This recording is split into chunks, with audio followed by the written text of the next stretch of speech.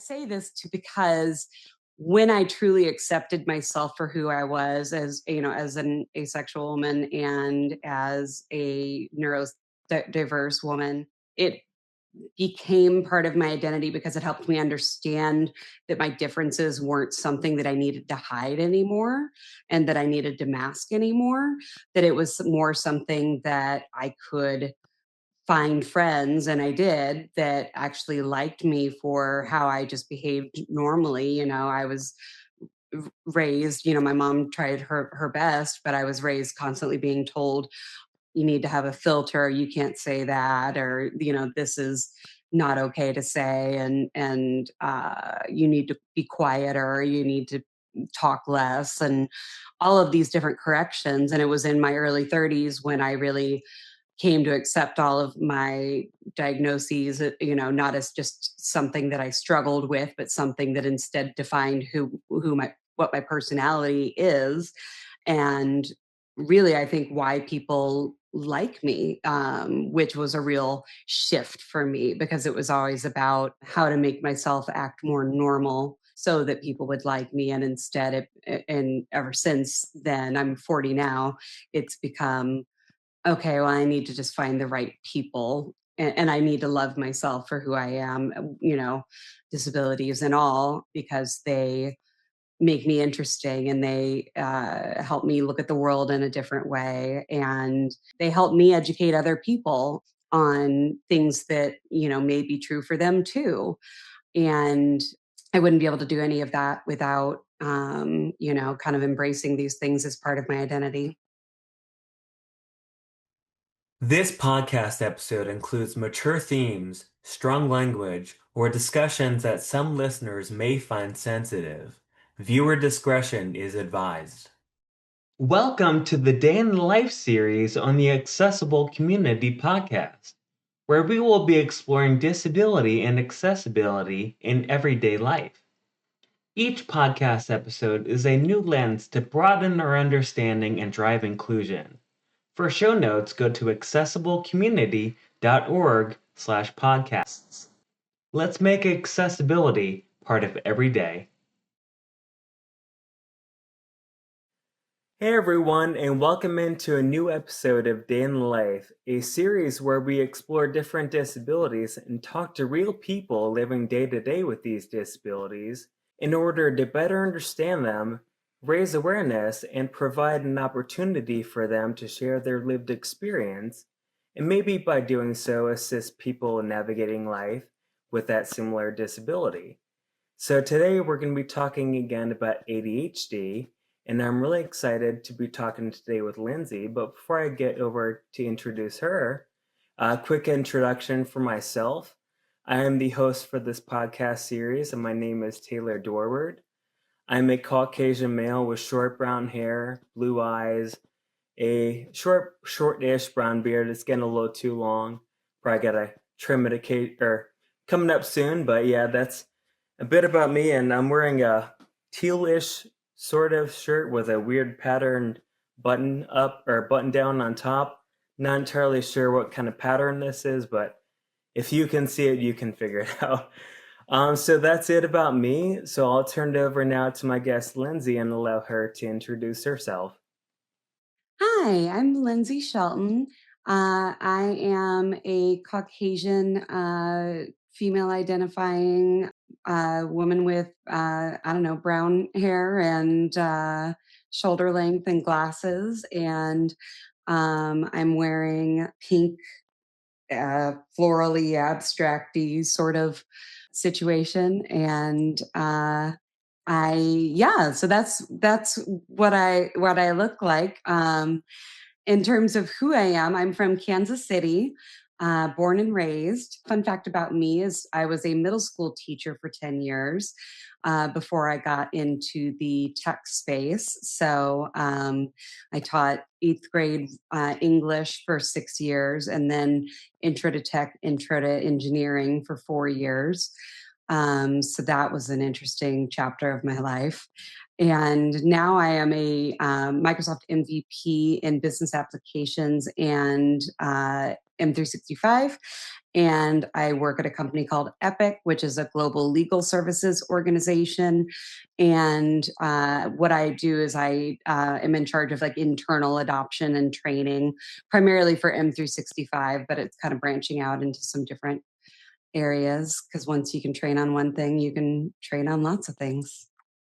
I was someone who really struggled to figure out who I was. And it really wasn't until my earlier 30s that I kind of got comfortable in my own skin and figured those things out. So but now I'm very out and open and proud about them. So I'm asexual and aromantic.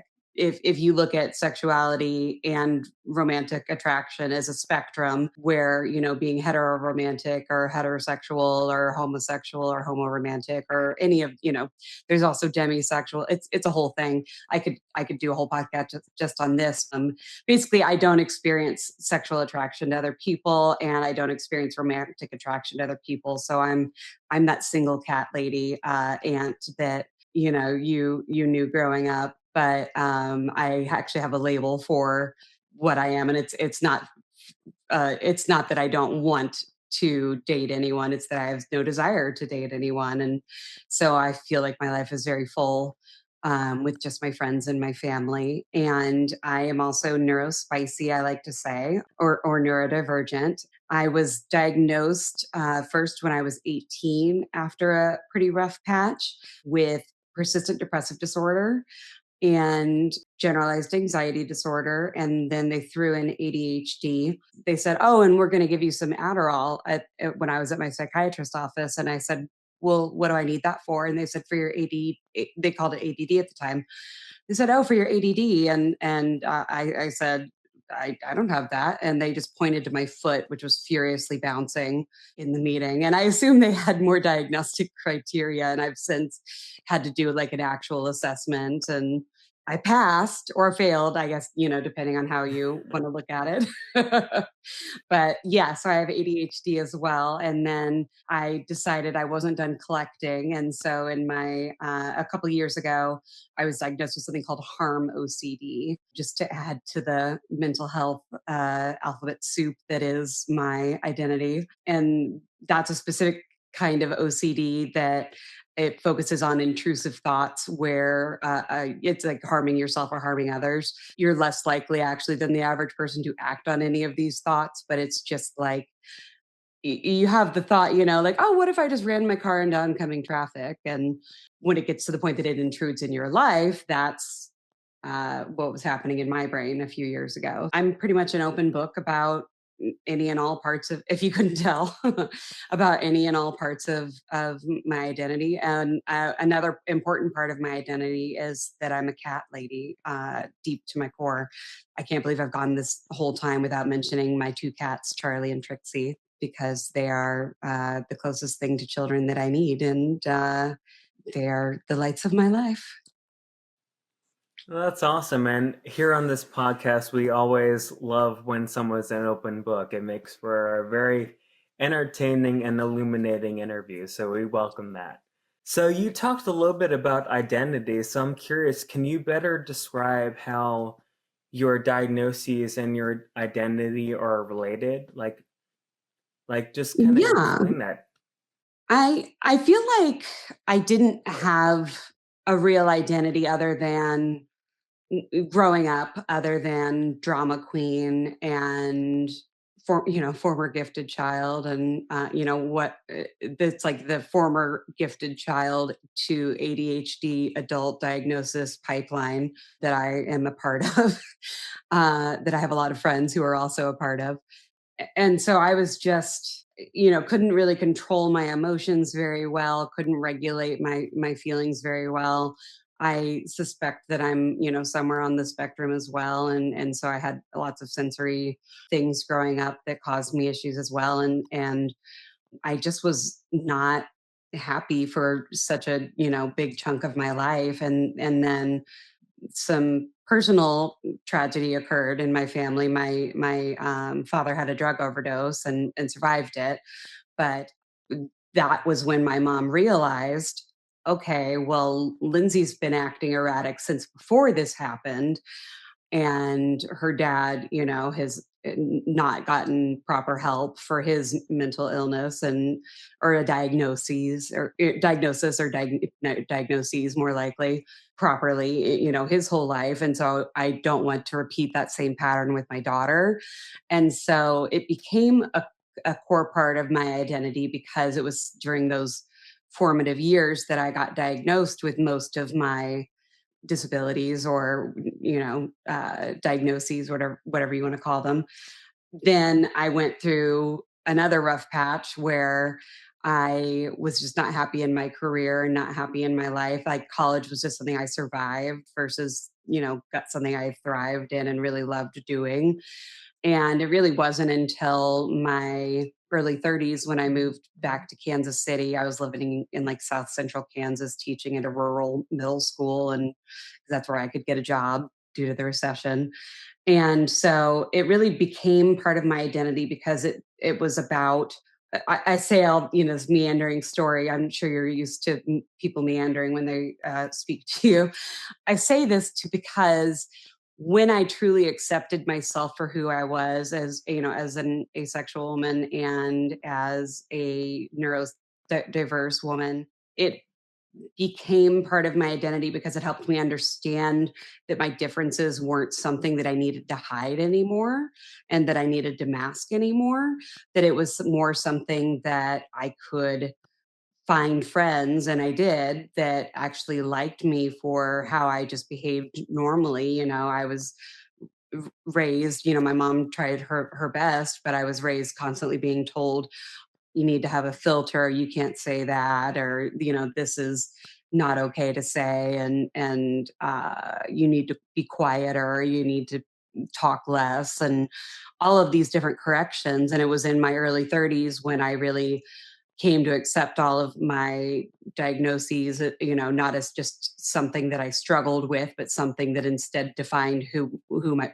what my personality is, and really, I think why people like me, which was a real shift for me because it was always about how to make myself act more normal so that people would like me. And instead, and ever since then, I'm 40 now, it's become okay, well, I need to just find the right people and I need to love myself for who I am, disabilities and all, because they make me interesting and they help me look at the world in a different way. And they help me educate other people on things that, may be true for them too.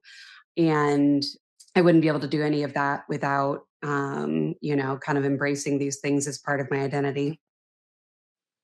That's really great. And like I think that's a common theme that's been throughout these interviews is finding the right people.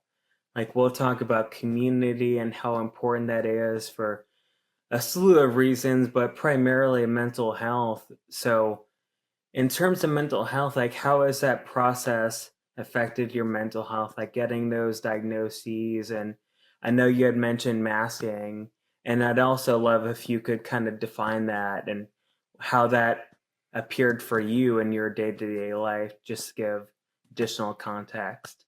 Yeah, so I might not be I haven't done admittedly a ton of research on masking. We actually had a session today, an employee resource group on Autism Awareness Month for April today, and people were talking about masking, and it got me.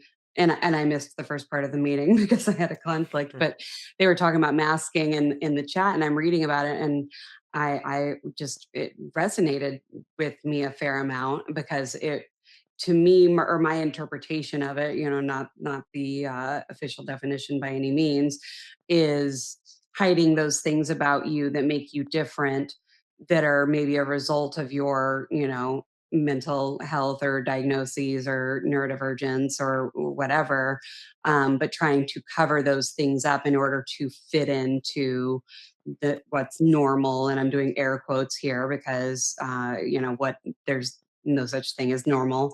There's the norm, but there's no real person is normal. I don't think. or or what, I mean, who defines what is normal? Because for me right now, I'm medication's a big part of it for me, just because for my particular diagnoses it's just a chemical imbalance. It's like someone who's diabetic with, who needs insulin. That's how at least my doctors explained it to me. My brain is just going to be chemically imbalanced on its own without medication and help. And that's not the case with everyone, and with everyone with a diagnosis, of course. Absolutely the case for me.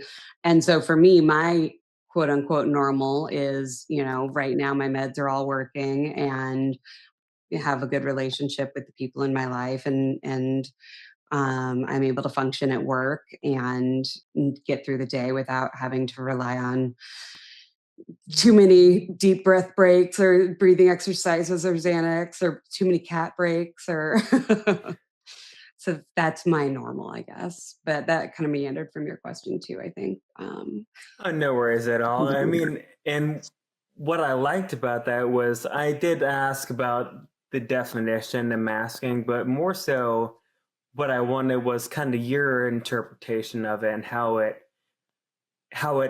like presents in your life. So I like that you didn't like just read like a definition that you've relayed before, Memorized like and you, yeah. yeah. So I think that can be more impactful than because I mean, doing accessibility, I give the definition for accessibility a lot, but I think what people can gravitate more towards is something more genuine and a more Yeah. authentic interpretation. So thank you for giving your perspective on that. Yeah, of course. And so we talked a little bit about mental health, and so I'm curious, like, did going through all the and getting those diagnoses help your mental health or hurt it, and or a little bit of both? We were talking about that today at work about, because some people, there's a financial fiscal barriers to getting a diagnosis for a lot of people. And I recognize that I have privilege, and I've, had the privilege of being able to go get these diagnoses. And so I try to be cognizant and aware of that where I can. For me, my mental health really was just came in big waves in my early 20s and in my 20s and late teens, and just lot of struggles. But I think a lot of it was like fighting things and still trying to listen to those voices in my head that were my mom telling me, and my teachers and my, family telling me, oh, you shouldn't have said that, that was stupid, now people are going to think you're, you know, this or this, and oh, you shouldn't have said that. That wasn't funny. And now people aren't going to think you're funny. And kind of quieting those voices a little more. And instead just realizing that my mental health doesn't have to be something that rules my life. It's an important part of my life, and it does, there's some days where it does rule my life because my meds are get imbalanced and my chemicals get imbalanced, and or I have, stressors going on and I'm not managing those stressors well. I would say my mental health overall improved the most when I really also accepted therapy. I think that everyone in the world would benefit from therapy, not, like 20, weekly therapy all year, for years. But I think everyone would benefit from at least some amount of therapy. And so I found a therapist I really liked and worked with, and or have worked with for a few years now. And it's actually the time my mental health was the worst recently was when my therapist graduated me from therapy. She said, we were talking about Love is Blind in our session, and then she's like, okay, so this is a good segue, because we're talking about Love is Blind currently during therapy. And I was like, well, but it's fun to talk about. She's like, yeah, but uh, I'm wondering if you're not needing weekly therapy anymore. I'm wondering if you might be, you know, eh, to a point in your life where biweekly or monthly, or even just text me if something comes up. And I went with monthly, and I was all proud of myself, and I'm like, oh my gosh, I graduated therapy. And then I went into a spiral because I went into like a 3 or 4 day anxiety spiral where I was like, I can't graduate therapy. What's wrong with me? There's so many things wrong with me. And so, I'm in a good place today, and I sound, very positive today. That's not to say that I'm always in a positive place, or that whoever's listening always needs to be in a positive place, because that's just not what life is.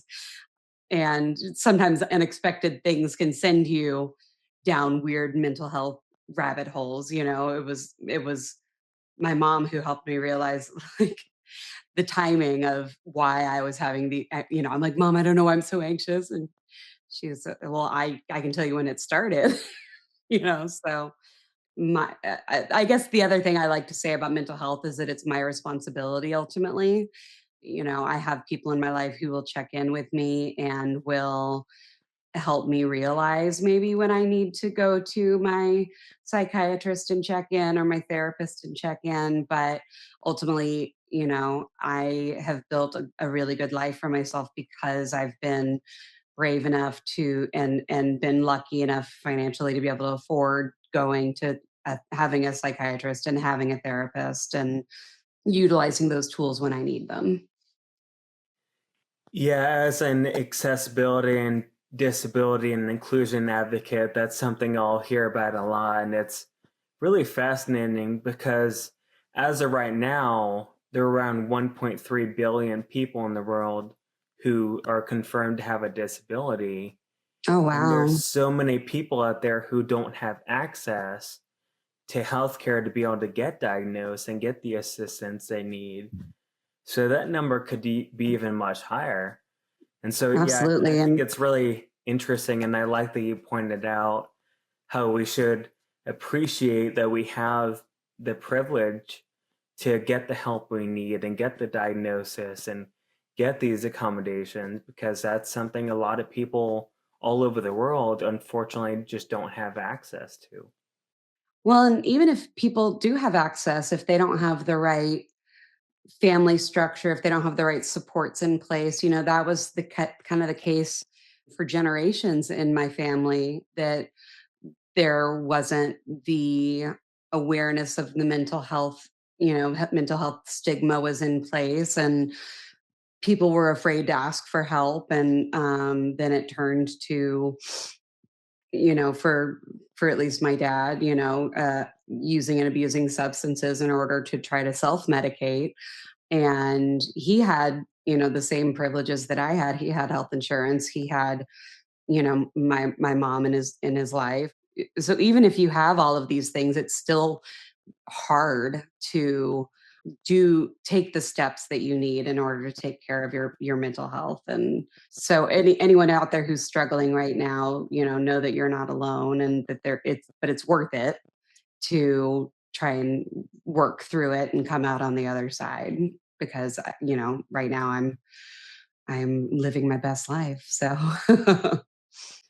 Yeah, that's something great for people to take away. And I hate to put a damper in the rhythm, but my eyes are really starting to bother me. I misplaced my rose lens glasses. So do you mind if we take a quick break and I look for them? sure. All Yeah. right, No worries. wonderful. All right, quick commercial break from Day in Life. Be right back.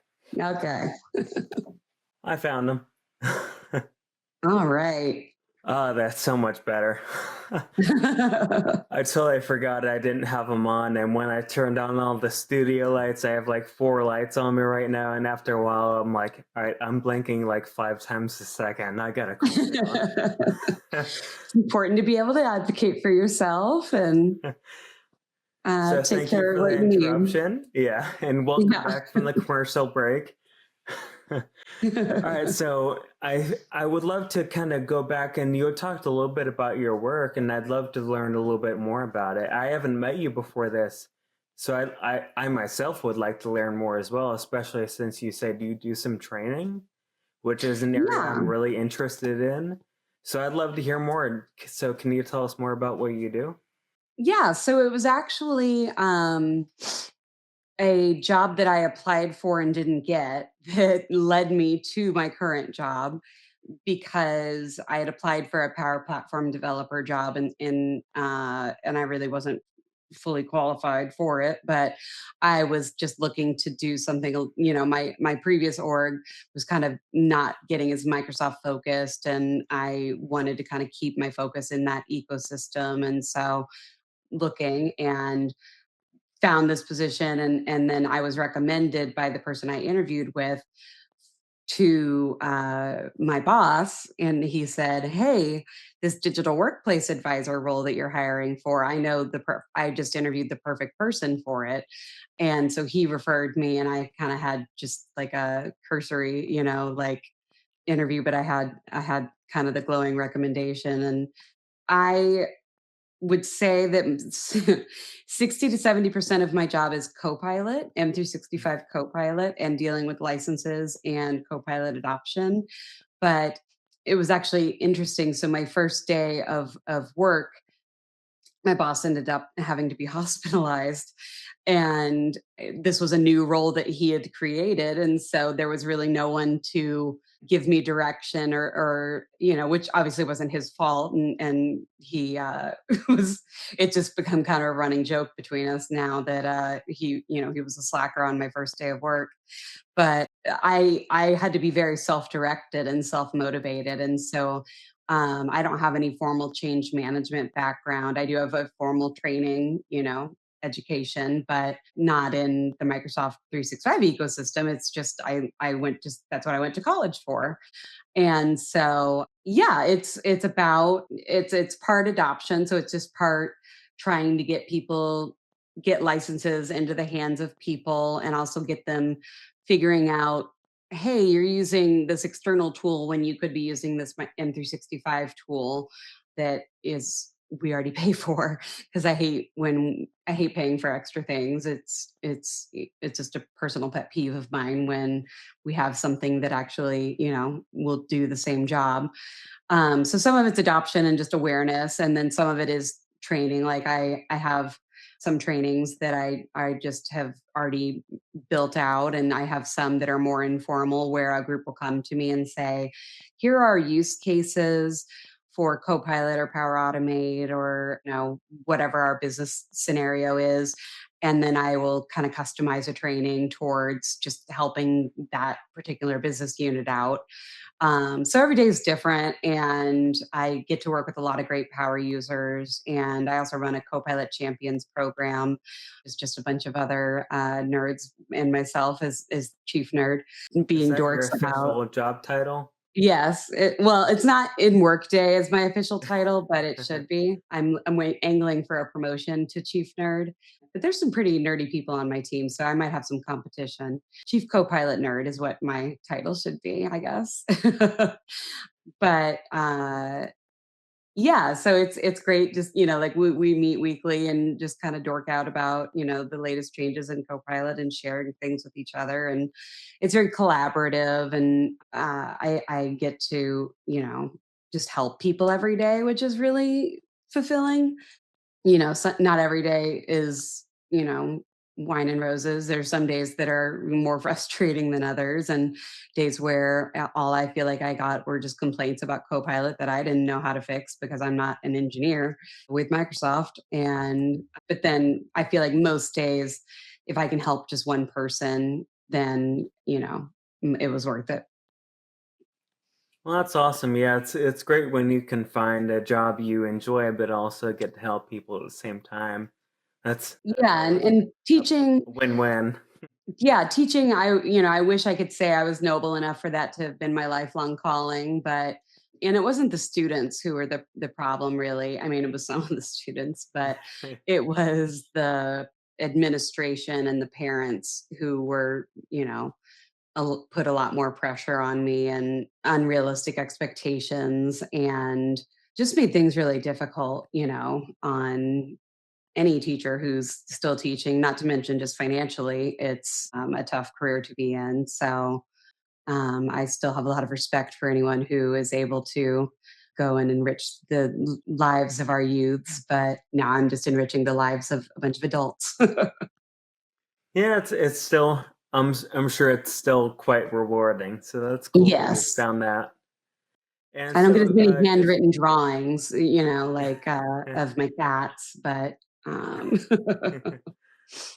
and so just some additional context for listeners, the M365 platform includes products like Microsoft Word, PowerPoint, Excel, and as you were saying, like also got the Power Platform, which a group of its own products. So it's a mixed bag of a bunch of cool Microsoft products.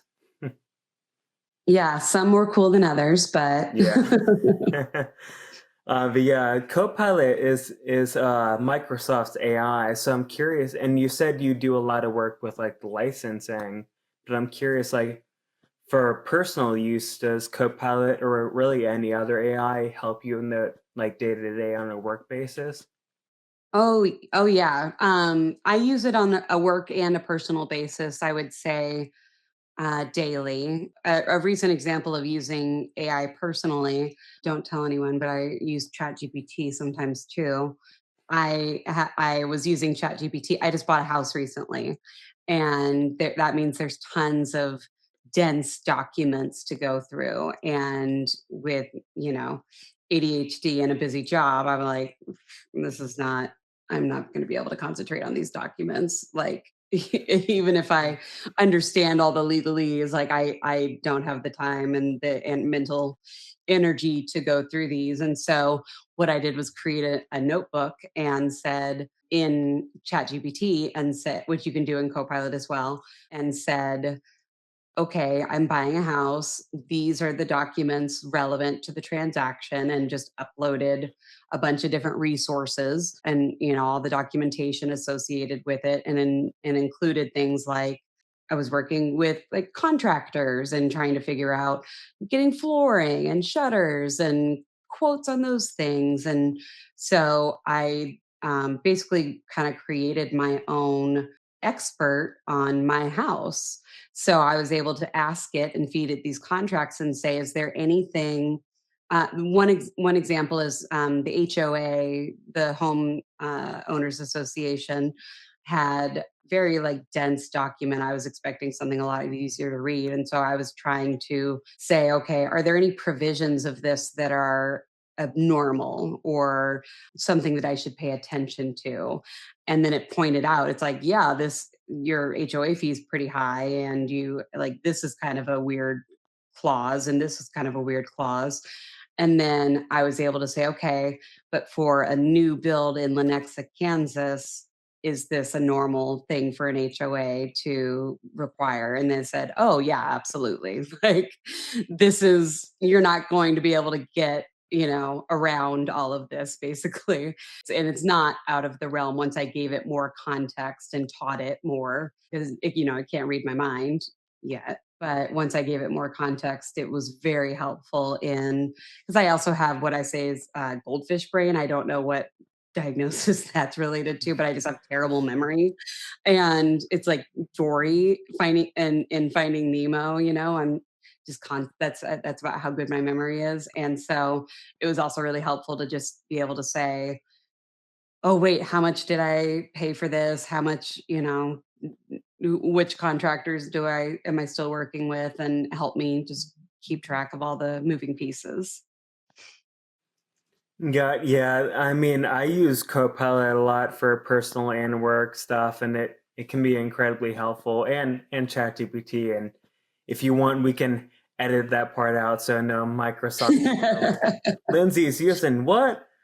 Uh, well, it's just because I didn't want to put personal documentation into my work Copilot. So, and because I think it's my responsibility to, understand the marketplace and the tools that are out there.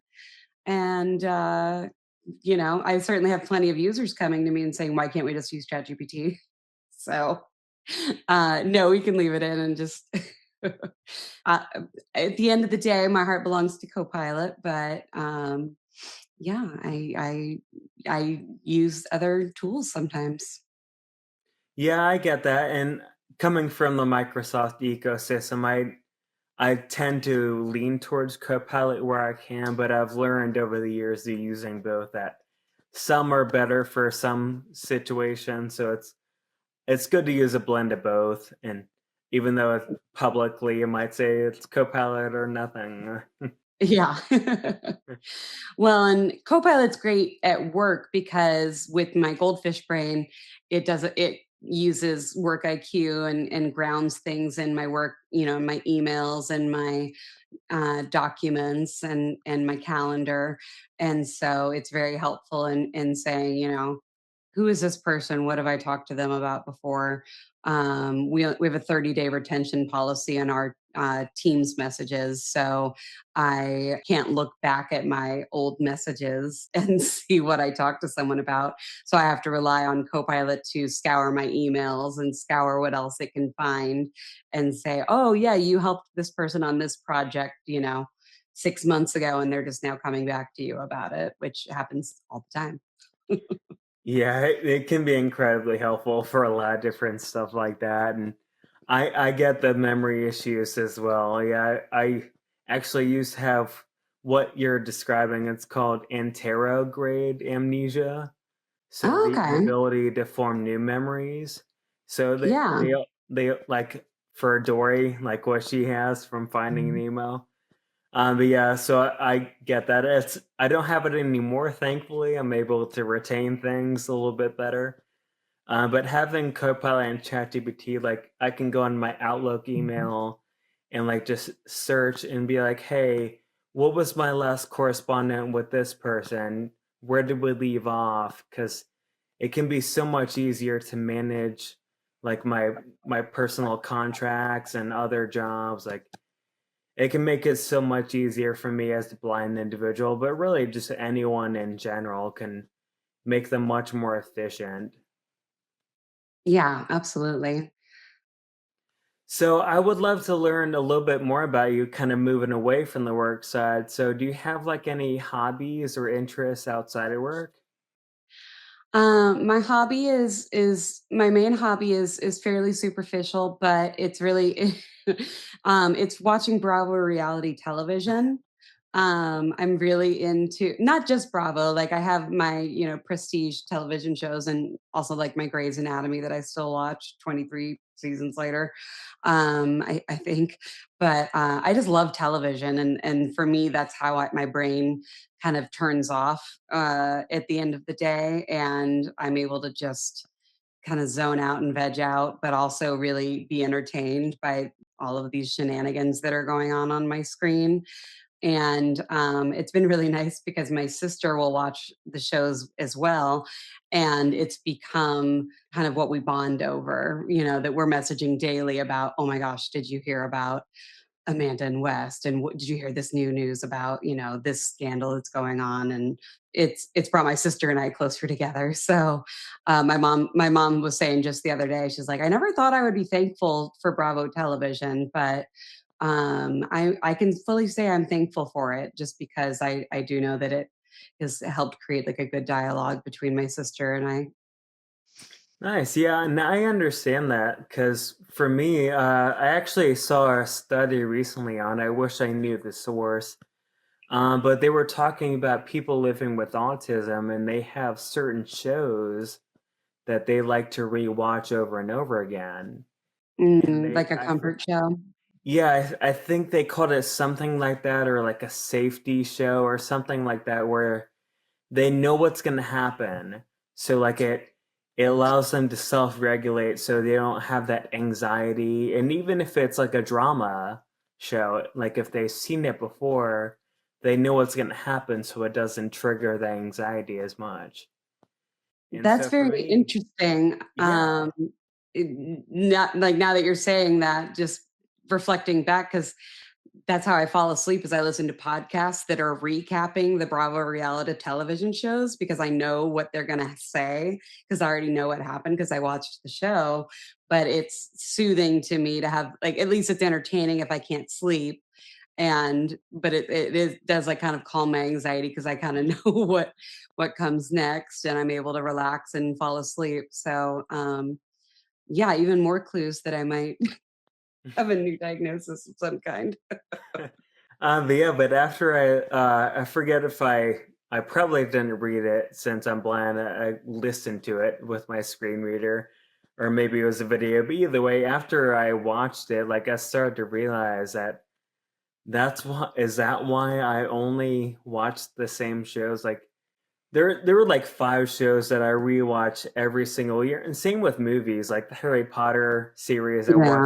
rewatch that at least twice a year, and, like, The Office is another big one, I rewatch that 20, 30 times a year.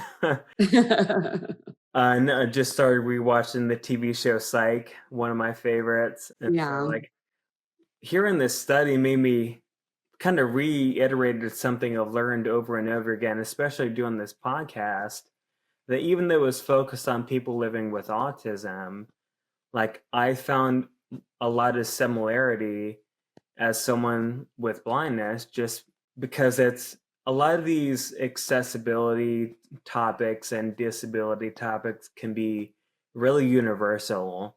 And so it's just really interesting learn like the psychology that kind Yeah. of explain why I do what I do. So it's just been kind Yeah. of interesting to learn about. Absolutely. Yeah. I'd be interested in seeing that study if you trip over it again. Yeah, if I manage to find out, I'll definitely share and put in the show notes. We'll Yeah. see. I, finding things is not my strong suit. You just need to ask Copilot. Yeah, that very true. No, that great use of AI. Yeah. So, do you have any other hobbies, like any other interests?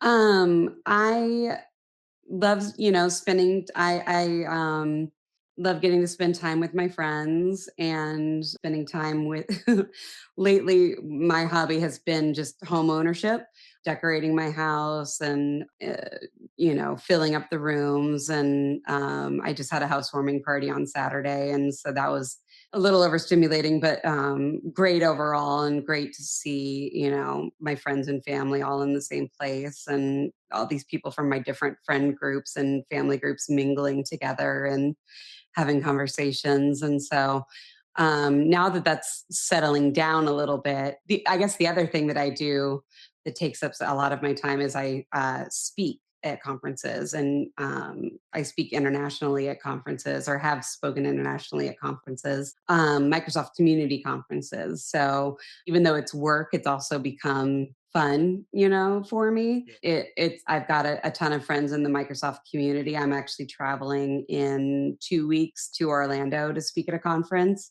and we're turning it into a whole thing. We're going to Epic Universal the day before the conference, and then going to the conference, and I'll be speaking there, and then I'm going with my good friend Angela on a cruise from the conference. We're just going to leave and go on a weekend cruise, and so travel and eh, you know I like traveling, but I like traveling also to these community conferences because I've got a built-in group of friends.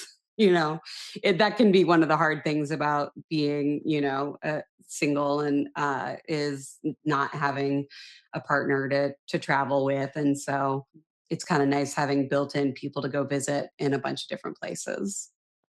Well, that's cool. And yeah, I also go to some of those Microsoft Community conferences. And I'm curious, when you're at these conferences, like, does your ADHD or any other of your disabilities kind of affect the way you interact, or how it affects your mental health before, during, or after? Yeah, so we talked about this a little, I think, before we started recording, but I am an introverted extrovert, so I can, anyone who talks to me is like, oh, she's an extrovert, but I recharge by being alone and having silent time or quiet time or just time with my music and my cats, and so I definitely have like conference crashes, I would say. And kind of running on fumes by the end of conference. And I don't always sleep very well when I'm traveling, partially just because I'm not in my own bed with my weighted blanket and my electric blanket and my fan. And actually, I have a travel fan that I like, a travel oscillating fan that is pretty big, but I will travel with it, just to try to travel like weighted lap pad just to try to give me the weighted blanket experience and help with my sleep because I have lots of sleep issues. So it's like I can turn on that version of Lindsay for a 3 to 5 day period, and then I need to just totally crash and not talk to anyone for 3 to 4 days because I'm in recovery mode from the conference. But it sounds negative when I put it like that, but my cup is also very full when I come home from the conferences too, because I get to see my friends and I get to make new friends. When I was in Vancouver for a conference a couple weeks ago, I made new friends left and right. Like I rode with a new friend from the community for like an hour and a half long drive from the airport to our hotel. And then we went out to lunch with a third person that I hadn't met before and had great conversation. And then I told everyone in the group chat that I had forgotten my shoes because I was wearing my house slippers and left the house and didn't realize until I was halfway to the airport that I was still in my house slippers. And so I didn't have my tennis shoes. So I was like, anyone want to go shoe shopping? And there was a couple who were like, yeah, we'll go shoe shopping with you. And so, just all these like silly adventures and new friendships and new connections that I get to make. And connections I get to nurture. And I can't speak highly enough of the Microsoft community and the opportunities that I've gotten through it. Yeah, I get that, and I share that same sentiment for that community. It can be incredibly supportive and a lot of great people, and we've been lucky to have some of those folks on the podcast as well, and it's been a lot of fun chatting with all of them. So as you probably remember from earlier on, the name of the podcast series is Day in the Life. So could you walk us through like a typical day for Lindsay, like a typical Yeah. weekday? Um, so it starts at about 6:30, 6:45 in the morning. As I've gotten older, I've become more of a morning person. Though lately I have been sleeping to my alarm, but I have some mornings where I'm up at 5, up at 6, especially when I was moving. I think because my anxiety was so heightened and I felt like I had so much to do. I kept waking up at 5 in the morning, and then I'm like, well, I guess I'll go pack or I'll go unpack. And I have a very careful morning routine, partially because of the OCD and partially because of my cat, Charlie. Charlie is very food motivated and really gets excited about getting to eat. And so he will wake me up in the morning with, paws on my face and gnawing on my hands. And so I worked with his veterinarian, and she was like, okay, you've got to do a few things before you feed him in the morning so that he knows it's not like an immediate cause and effect. He wakes you up, you get out of bed and feed him. So I'll go and I'll take my meds and I'll wash my face and I'll brush my teeth. And then it's time to feed the cats. Got to feed the cats, even though they have dry food, but they love their wet food that they get once a day.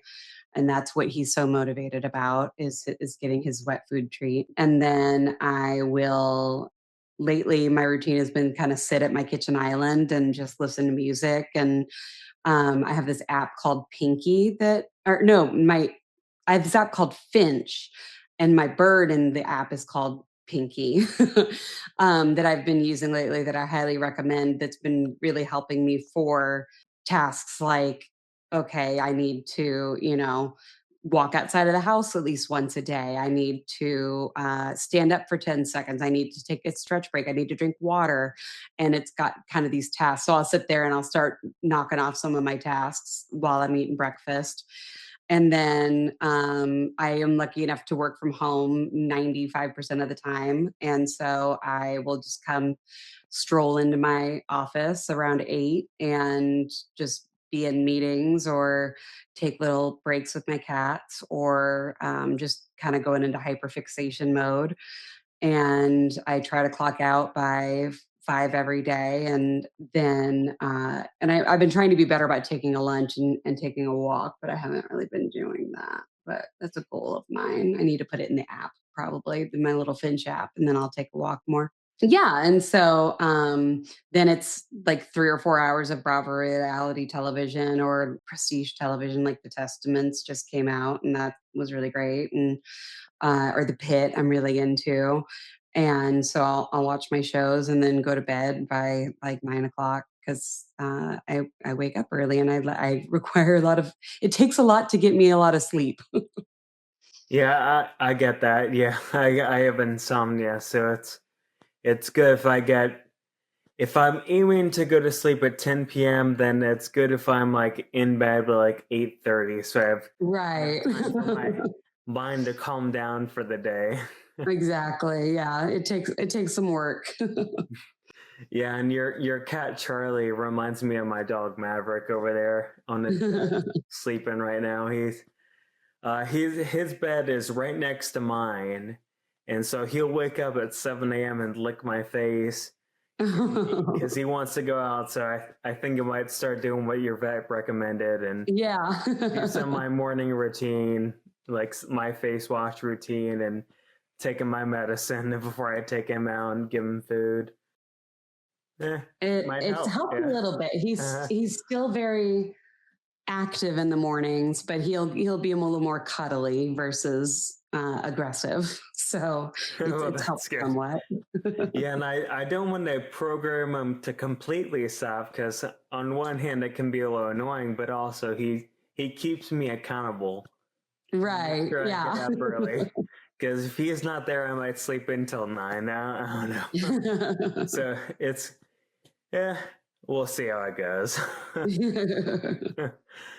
All right, so you talked a little bit about watching like the reality TV shows, and like it can help you kind of regulate and stuff like that. But do you have any other kind of coping strategies to help kind of regulate yourself or deal with stress or anxiety or anything like that? Like for me, I something as simple as my little stress ball here. Like, Oh, I've got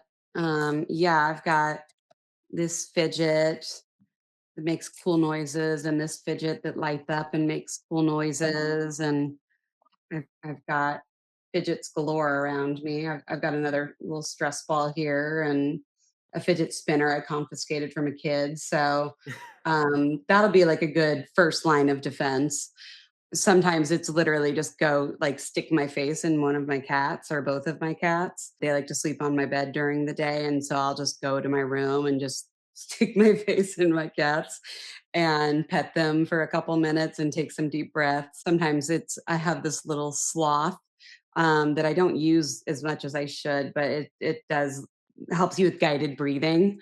So like the 4 in, 4 out, or 8 in, or obviously I don't use it enough, but I got it for Christmas and it looks cute on my desk. So if I'm really struggling with the anxiety, I'll try to do some guided breathing through the sloth or through an app. And then I struggled for a lot of years with not wanting to use Xanax and not wanting to um, just because that's something that my dad used and abused, and so I had like a negative connotation with it. But then my doctor finally talked me into trying it, and it doesn't make me feel high or like zoned out. It just helps take the edge off when I'm feeling really anxious, and so sometimes I'll just go take my rescue medication that I'm prescribed to take, and take it as I'm prescribed it, and use that to help me as well because it's a tool in the tool belt that some people have, and so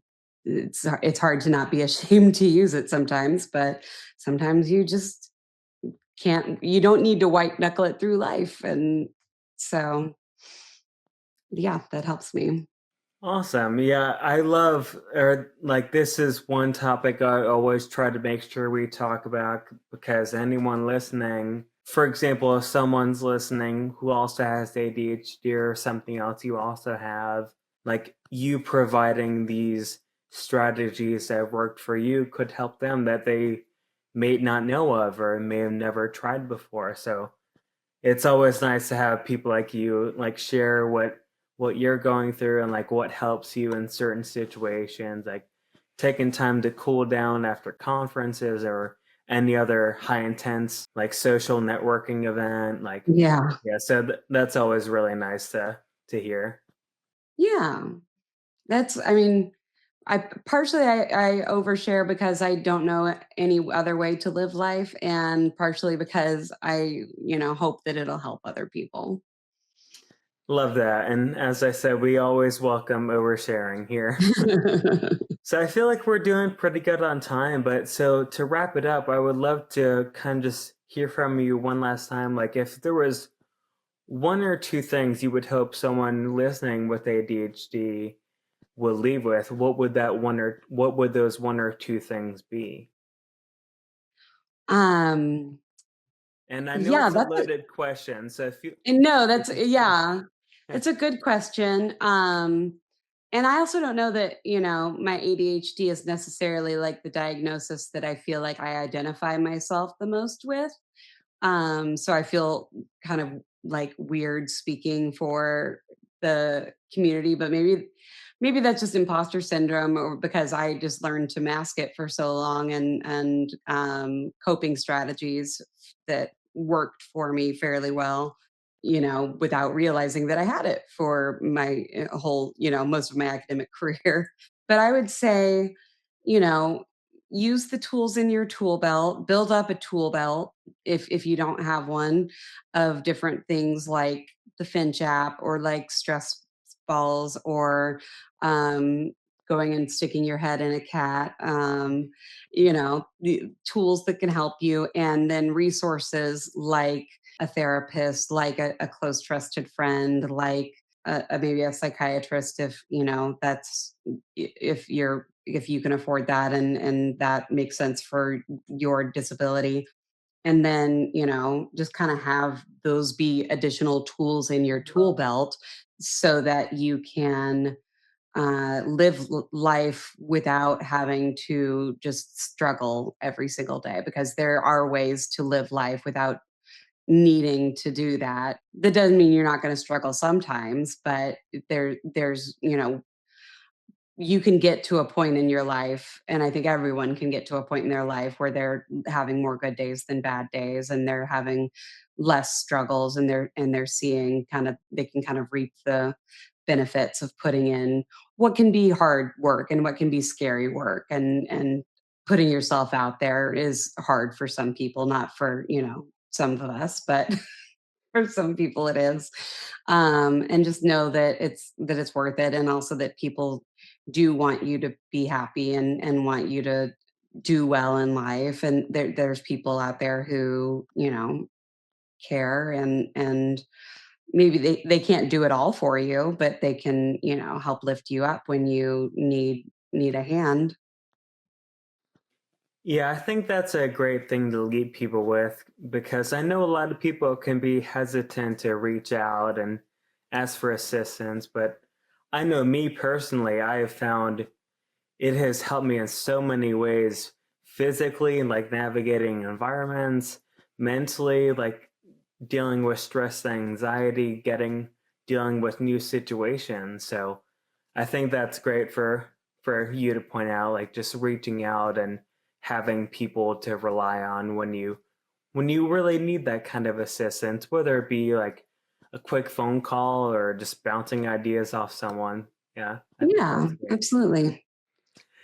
All right, well, thank you, Lindsay, so much for joining us on Day in Life, and I really appreciate all the insights you shared, and it's been really illuminating because I ADHD is one of the most widely known disabilities, but I feel like for that reason, it's also one of the most misrepresented and misunderstood.